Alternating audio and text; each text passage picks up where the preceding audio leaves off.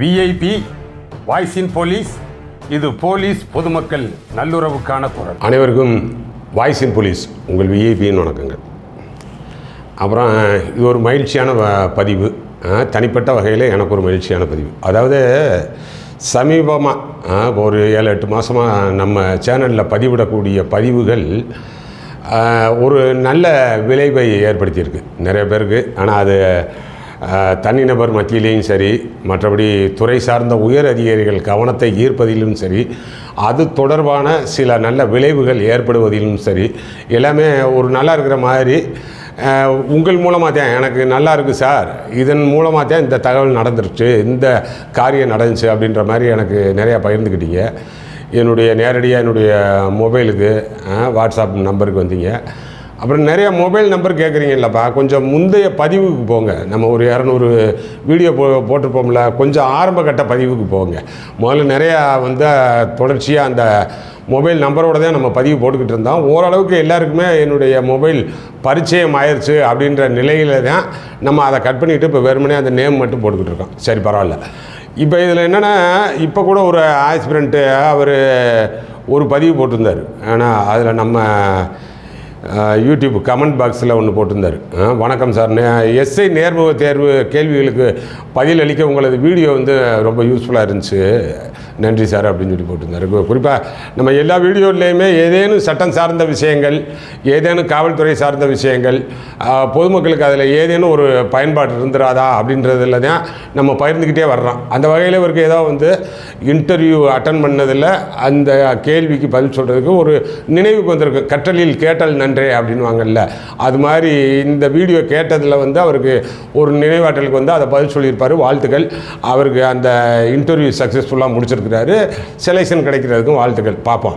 ஏன்னா இது மாதிரி தான் ஆஸ்பிரண்ட்ஸுக்கு நிறையா ஏதோ ஒரு பயன்பாடு இருக்கும். அதே மாதிரி ஒரு மாதத்துக்கு முன்னாடி ஒரு வீடியோ ஒன்று போட்டிருந்தோம். அதிர்ச்சி ரிப்போர்ட்டு, நாகை மாவட்ட எஸ்பிக்கு கஞ்சா கடத்தல் கும்பலுடன் தொடர்பு, சிக்கிய சேர்மன் வாக்குமூலம் அப்படின்னு. அது ஒரு அங்கே லோக்கல் நாகை மாவட்ட அந்த ஒரு வைஸ் சேர்மன் யாரையோ ஒருத்தரை பிடிக்கும் பொழுது அவருக்கு சொந்தமான வாகனத்தில் கஞ்சா வருது. பிடிக்கும் பொழுது அவர் ஏதாவது விசாரிக்கையில் அவருக்கும் அப்போதைய எஸ்பி ஹர்சிங் அப்படின்றவர் இருந்தார். அவருக்கும் இருக்கக்கூடிய ஒரு நெருக்கமான தொடர்பு குறித்து அவர் சொன்னார் அப்படின்னு அன்றைக்கு அப்போதைய நெற்றிகன், நக்கீரன், குமுதம் ரிப்போர்ட்டர், தினமலர் போன்ற செய்தித்தாள்களில் வந்துச்சு. அது வந்தோடனே அங்கே இருக்கக்கூடிய நம்ம மக்கள் நமக்கு அனுப்பியிருந்தாங்க. அந்த செய்திகளினுடைய சாராம்சமாக நம்ம ஒரு பதிவு போட்டிருந்தோம். அதுதான் அந்த போட்டிருக்கேன் பாருங்க, அந்த பதிவு போட்டிருந்தோம் அப்போதைக்கு. அப்புறம் அதனை தொடர்ந்து கொஞ்ச நாளில் ஒரு 17-18 எஸ்பிஸ் தமிழ்நாடு லெவலில் ஒரு மாற்றம் ஏற்பட்டுச்சு. இவர் அப்போ தான் கொஞ்ச நாளைக்கு முன்னாடி தான் இங்கே வந்திருந்தார். ஒரு 1 இயர் கூட கம்ப்ளீட் ஆகிருக்காது. அதனால் இவரும் இந்த குற்றச்சாட்டின் அடிப்படையில் நம்ம போட்ட பதிவு அப்படின்றதும் ஒரு காரணம்னு வச்சுக்கோங்க. அதனுடைய அடிப்படையில் அப்புறம் மாற்றம் செய்யப்பட்டார். ஏன்னா நம்ம பதிவு எல்லாமே உயர் அதிகாரிக்கு டேக் பண்ணி தான் அனுப்புவோம். ஹெட் ஆஃப் த போலீஸ் ஃபோர்ஸை டேக் பண்ணி தான் எல்லாருக்கும் அனுப்புவோம். அப்படின்னால அப்புறம் இவரும் மாற்றம் செய்யப்பட்டார். மாற்றம் செய்யப்பட்டு எல்லா அதர் எஸ்பிஸ் ஒரு 17-18 பேருக்கு அந்த போஸ்டிங் காமிச்சிருந்த நேரம் இவருக்கு மட்டுமே எதுவும் போஸ்டிங் காமிக்காமல் டைரெக்டாக விஆருக்கு தான் போயிருந்தார். அப்புறம் ஏதோ இவருடைய செல்வாக்கு வச்சு டெபுடேஷனில் சென்ட்ரல் கவர்மெண்ட்டுக்கே போயிட்டு தான் கேள்விப்பட்டேன், எம்ஹெச்ஏவுக்கு, மினிஸ்ட்ரி ஆஃப் ஹோம் அஃபேர்ஸுக்கு. ஆனால் இதனை அதே நேரம் அதுக்கு கொஞ்சம் முன்னாடி அந்த நாகை மாவட்டத்தில் இருக்கக்கூடிய டிஎஸ்பி பாலகிருஷ்ணன் பற்றி ஒரு செக்ஷுவல் அலிகேஷன் வந்துச்சு. அதுக்கும் நம்ம ஒரு பதிவு போட்டிருந்தோம். ஆனால் இந்த மாதிரி இது காவல்துறையினுடைய களங்கத்தை ஏற்படுத்துகிறாங்க அப்படின்னு சொல்லி. இது எதுக்கு நம்ம பர்டிகுலராக போலீஸ் பற்றி சொல்கிறோம்னா, எனக்கு போலீஸ் துறை சரியாக இருந்துச்சுன்னா நீங்கள் இன்வேரியபிளி ஆல் டிபார்ட்மெண்ட்டு சரியாக இருமுங்க. அது எப்படிங்க அப்படி சொல்கிறீங்க? அப்படித்தான். போலீஸ் துறை மட்டும் சரியாக இருந்துச்சுன்னா அதை ஒன்றை மட்டும் நீங்கள் திரும்ப திரும்ப கரெக்டாக சுத்தப்படுத்திட்டீங்கன்னு வைங்க, ஒரு லஞ்ச லாவண்யம் இல்லை, அரசியல்வாதிக்கு சொல்கிறத கேட்க மாட்டாங்க. கரெக்டாக எது சட்டப்படியோ அப்படியே ரூல் ஆஃப் லாவை கரெக்டாக என்ஃபோர்ஸ் பண்ணுவாங்க அப்படின்ற மாதிரி இருந்துச்சுன்னு வைங்க, எல்லா துறையுமே பயப்பட ஆரம்பிச்சிருவாங்க. அந்த அடிப்படையில் நம்ம சொல்கிறத ஒரு தனிநபராக இருந்தாலும் நம்ம சொல்கிறத சொல்லுவோம் அப்படின்ற மாதிரி பார்த்தோம். ஆனால் அதனால் அது ஒரு அரசியல் இயக்கம் சார்பாக அவங்களுக்கு ஏற்படுத்தின தாக்கம்.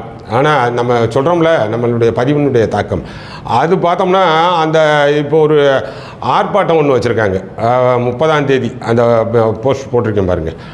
அது வந்து என்னென்னா, முன்னாள் நாகை மாவட்ட எஸ்பி ஹர்சிங் மற்றும் நாகை டவுன் டிஎஸ்பி பாலகிருஷ்ணன் ஆகிய இருவரும் தமிழக காவல்துறைக்கு களங்கம் ஏற்படுத்தியதாக VIP voice in police YouTube சேனலில் செய்திகள் வந்து கொண்டிருக்கிறது. மற்ற எல்லா பத்திரிகையிலையும் வந்த செய்தியினுடைய அடிப்படையில் தான் நம்ம போடுறோம். ஆனால் வந்து அதெல்லாம் அன்றைக்கு பத்திரிகை வந்துட்டு போயிடும் இல்லையா? இது தானே வந்து ஒரு பெர்மனெண்ட்டு டாக்குமெண்ட் மாதிரி.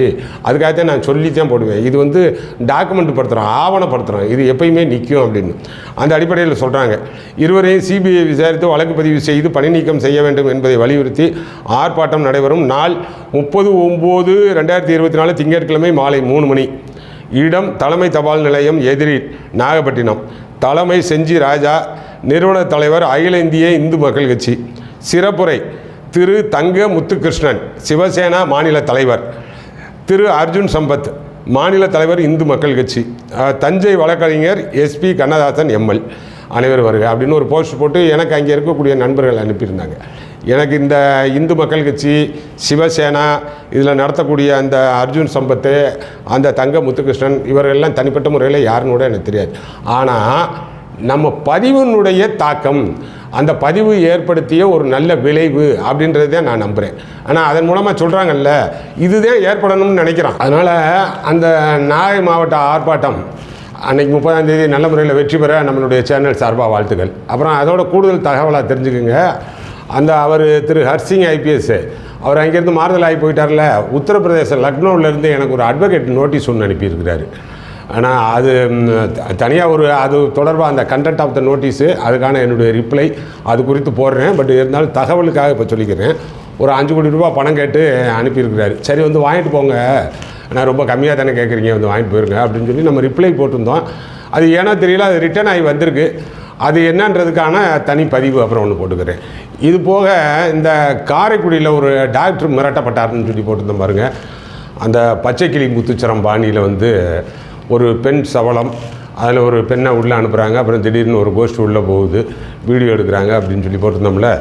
அதில் பார்த்தோம்னா அப்போவே நம்ம போட்டிருந்தோம், இந்த அங்கே இருந்த காரைக்குடி சப்டிவிஷன் டிஎஸ்பி அவர் பிரகாஷ், அவரை மாற்றாமல் இந்த வழக்கில் எந்த ஒரு முன்னேற்றமும் ஏற்படாது அப்படின்னு சொல்லி. அப்புறம் அவர் மாறி போயிட்டார். ஆனால் மாறி போகையில் கூட சொன்னாராம், வந்து பல வகையிலே, ஏன்னா நம்ம மட்டுமா போட்டான், பல வகையிலையும் நம்ம கொஞ்சம் அழுத்தம் திருத்தமாக போட்டிருந்தோம். இப்போ தான் வந்து 7-8 மாதம் தான் ஆகுது, நானே பணம் செலவழிச்சிட்டு வந்தேன், அதுக்குள்ளே எப்படி மாற்றி விட்டாங்க. அப்படிலாம் ஏன் செலவழித்து போகிறீங்க? அதெல்லாம் எதை நம்பியும் போகாதீங்க. யார் எந்த இதாக இருந்தாலும் முன்ன மாதிரி கிடையாதுங்க. ஆனால் அப்படிலாம் இப்போ நீங்கள் செலவழித்து சப்டிவிஷனை நம்பி இங்கே இவ்வளவு கிடைக்கும், இவ்வளோ பேர் செல்லர் இருக்காங்க, அவ்வளோ பேர் லாட்ரி ஓடுது, அது ஓடுது, அப்படி இப்படின்னு சொல்லி நீங்கள் போனீங்கன்னு வைங்க, இதெல்லாம் சிக்கல் வரும். சரி, ஏன்னா அவர் ட்ரான்ஸ்ஃபர் ஆகிட்டார்.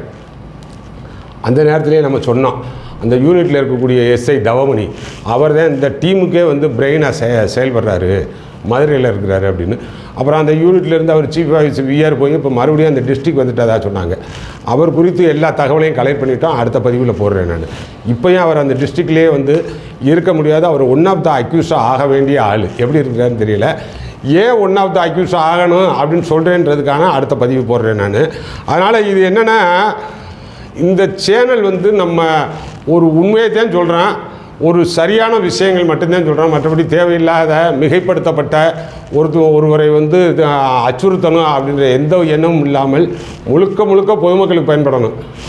முழுக்க நல்ல ஒரு காவல்துறை சரியாக இருக்கணும் அப்படின்னா அதில் இருக்கக்கூடிய கலை எடுத்தால் தானே நல்லா இருக்க முடியும். அந்த அடிப்படையில் போடுறோம்.